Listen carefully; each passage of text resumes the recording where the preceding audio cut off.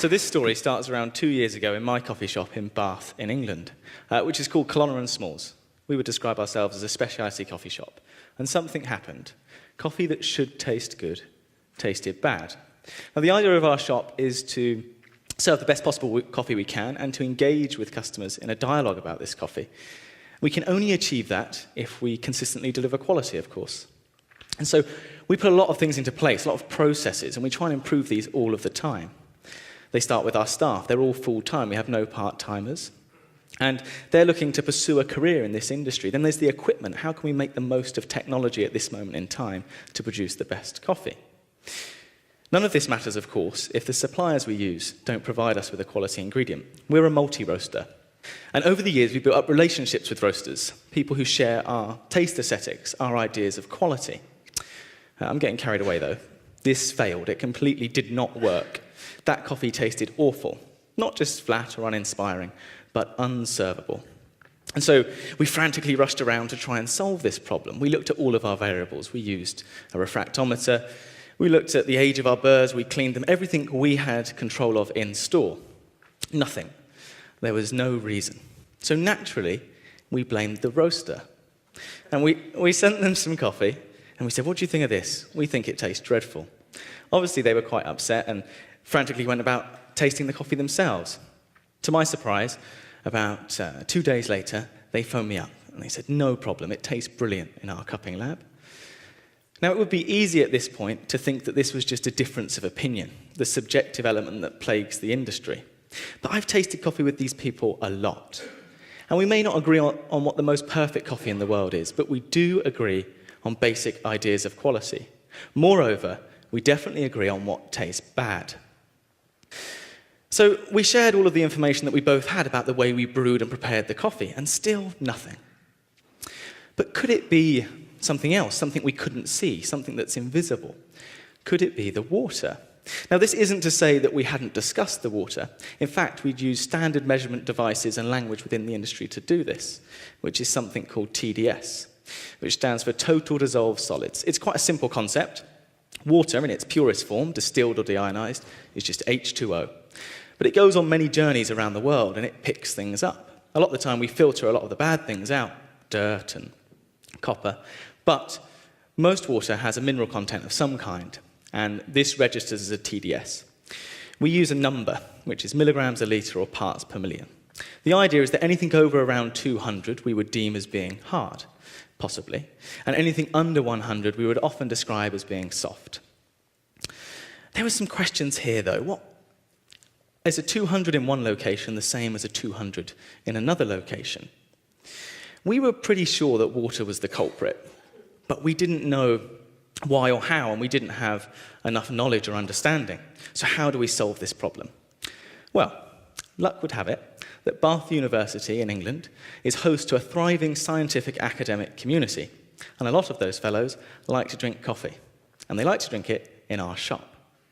One of them in particular, Christopher H. Hendon, is a computational chemist. This means he tests theories and models using the power of supercomputers. He wandered in one morning, and I thought, I bet Chris will be interested in this. So I said, "Hey, Chris, I'm really concerned about the water I'm brewing my coffee with. This number, this TDS number, what does it tell me?" And he said, "Well, what do you want to know?" I said, "The idea is that the number tells me what the coffee should taste like, and that if that number is the same here in another country or another town, we're making the same coffee." He giggled a little and said, "That's ridiculous." And as you'll see very shortly, the mineral composition that makes up that number is vitally important. Not only is there a problem with the number, it's very loose, it doesn't tell us that much, but the common device we use, an ionic conductivity meter, is very flawed. So I don't know how many people are familiar with these. They're quite cheap. They just have two little metal points, and the idea is that that little device measures how much movement there is between those points. So the more minerals in the water, the more movement, so the higher the number. The problem, however, is that calcium moves faster than magnesium, and chlorine moves about twice as fast again, which means if you had water, one with calcium, one with magnesium, one with chlorine, and you had technically the same amount of each in each, the number would be dramatically different. But let's imagine that we could measure the TDS accurately and that the number was accurate, does that still tell us what we need to know? No. But what do we need to know?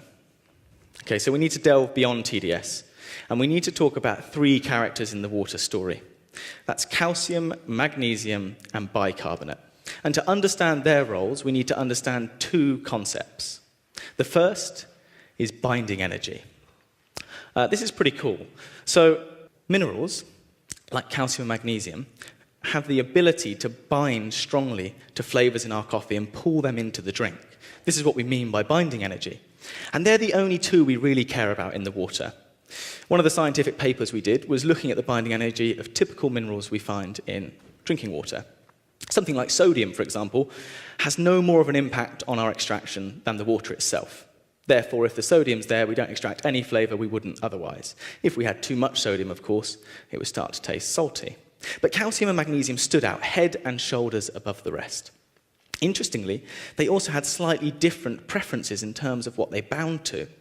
Magnesium tends to bind to fruitier, sharper compounds like citric and malic acid, whereas calcium tends to bind more strongly to heavier, rounder, creamier flavors. But the point is, they both extract a lot, which means water without these minerals in them will extract very different flavors to water with these minerals in them. In many ways, though, what me and Chris were doing here was exploring something in more depth that the coffee industry already took as gospel. I was told very early on when I got into coffee that I didn't want to use distilled water because there was no minerals, so we couldn't pull out the flavor we wanted. And effectively, this was a great experiment where we learned more about that already understood idea. But we still couldn't solve our mystery, and something that still made no sense to me whatsoever was hard water. Okay, so if minerals help us pull more flavor out, hard water has more minerals. So the cup of coffee we make should taste fuller, more vibrant, complex. The complete opposite happens. The coffee tastes flat, dull, chalky, and bitter. And that's where the last part of the puzzle comes in, the bicarbonate. Today I'm going to describe bicarbonate as the buffer, because this really nicely describes its role in coffee. Here in the States, you might be used to calling bicarbonate alkalinity. It's got many different names. We can also call it carbonate hardness. Now let's explain what it does. Buffering is integral to life on planet Earth. Take human blood, for example. Our blood likes to sit between a pH of 7.25 and 7.45. If we pop outside of this, we're in trouble. And so buffering systems are there to keep pHs constant. Not neutral necessarily, just where they need to be. And they do this in the most fascinating way. It's going to get a little bit sciencey now, but this bit is worth understanding. Everything makes sense when we understand the buffer. So what the buffer can do is turn a compound into something called its conjugate partner. Now, nearly all compounds, whether they be acidic or alkaline, have a conjugate partner. It's basically an altered state of itself. Take citric acid, for example. Day to day, going about its business, citric acid is an acid. But if the buffer comes along and knocks off the proton, suddenly it's an altered version of citric acid. It's the alkaline version of citric acid. But what does all of this mean for coffee? Well, coffee is a mildly acidic beverage, tends to have a pH of around 5. But the brewing water that we started with was most likely not mildly acidic. It was most likely closer to neutral. So we've got a problem. The minerals, calcium and magnesium, are helping us extract compounds into the beverage, most of which are mildly acidic, and we like the flavor of a lot of those acids. The buffer, though, has no interest in what we find tasty. Its goal is to keep the pH where it was, so it goes out of its way to undo all of the hard work we did with calcium and magnesium. So in essence, that deceptively non-acidic cup of coffee has plenty of acid in it. It's just that it's organized in a way that we cannot taste it. Which brings me on to a key notion in the way we understand water and coffee. We need not look at it as an ingredient. For example, a lot of people say to me, I found this water that I really like, I think it's really tasty, and I'm going to brew some coffee with it, because tasty plus tasty equals really nice.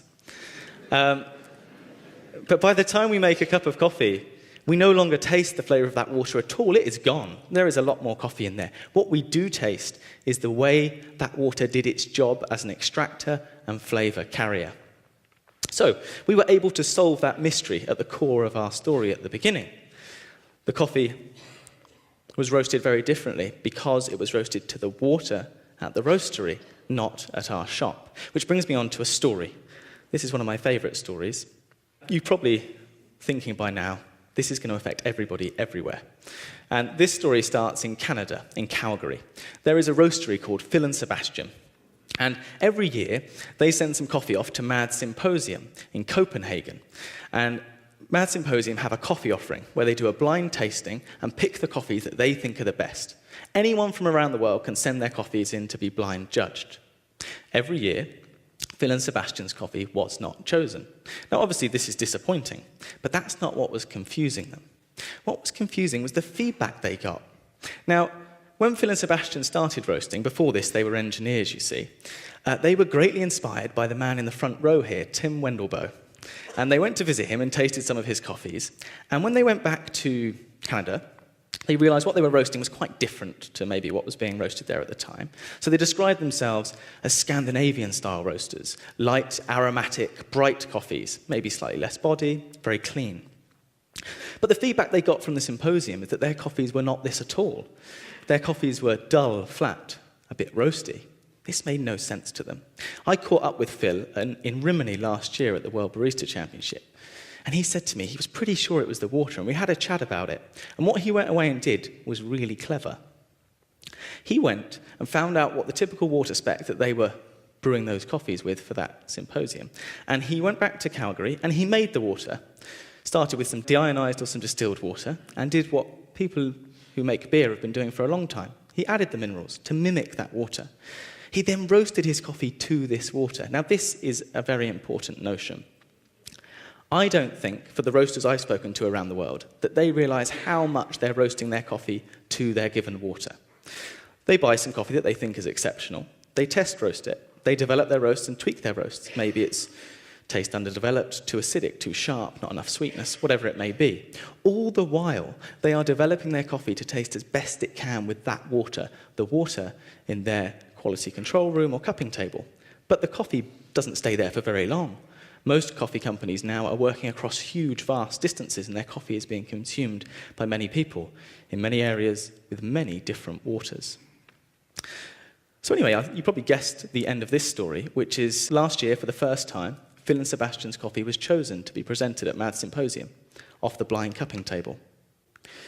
A new understanding about water raises many questions, much more than it answers. And these two concepts to me are fascinating. On the one hand, you have the idea of water terroir. This is a romantic notion. It's this idea that different waters in different places feed into the rabbit hole of coffee, the rich tapestry that makes up the coffee world. It's a nice idea, but I don't like it at all. I'm interested in the terroir of the coffee. I am not interested in the terroir of the water. And I think most people in coffee would agree. But standardization itself is also very difficult. Different water sources here in Seattle, very, very, very soft water.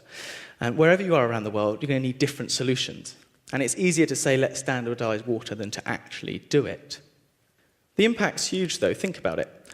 A capsule system, for example, which I think over here you call pod systems, are becoming very popular. And the goal is that the consumer buys the unit, and they buy a little pod with some ground coffee in it that's hermetically sealed. They're not just buying this because it's more convenient. They're buying it because the idea is that a lot of the variables that hinder quality have been controlled. But this is a massive illusion. After the coffee itself and the way it was roasted, water is definitely the next biggest impact on the way the coffee tastes. And these companies are not controlling that ingredient. This is in stark contrast to other products you'll find on a supermarket shelf, such as beer or whiskey. Many of the time, we will actually embrace this element of the process. We'll talk about the special water we use to make the whiskey or to make the beer. That's all fine if the water is in the bottle on the shelf, not if it's a wild card ingredient added at the point of brewing. Take the World Barista Championships, for example, that are happening this week in Seattle. I'm thrilled to be representing the United Kingdom, but I'm also slightly concerned about the water. In previous years, whether it be in Bogota or Tokyo or London, if TDS was the metric that we used, this was the tool we used to decide whether the water was okay, We didn't know enough about the water. We were under an illusion that we were creating an even playing field wherever we were going. But the whole point of this competition is that competitors from over 50 countries have gone against the odds, really, to win their national competition, which is hard to do. And then we come together to pursue excellence and hopefully hold a mirror up to our industry and be a part of its evolution in some way. But how even is that playing field? How fair is that competition? I believe the only way that the World Barista Championship should provide water is to make it like Phil did. Phil was able to find a common platform with those people tasting his coffee in Copenhagen. And I think when all those barista competitors around the world prepare for this World Championship, they should be on the same platform. We should turn up not worrying about the terroir of our water, but being excited about the terroir of our coffee. So that's the end of this story, but the beginning of many more. A new understanding and a new focus means change. The age of the TDS meter in regards to water measurement is over, and the time of precise mineral composition is here. Water has stepped out of the shadows and into the spotlight, and its impact on every facet of coffee's sensory experience cannot be denied. Thank you.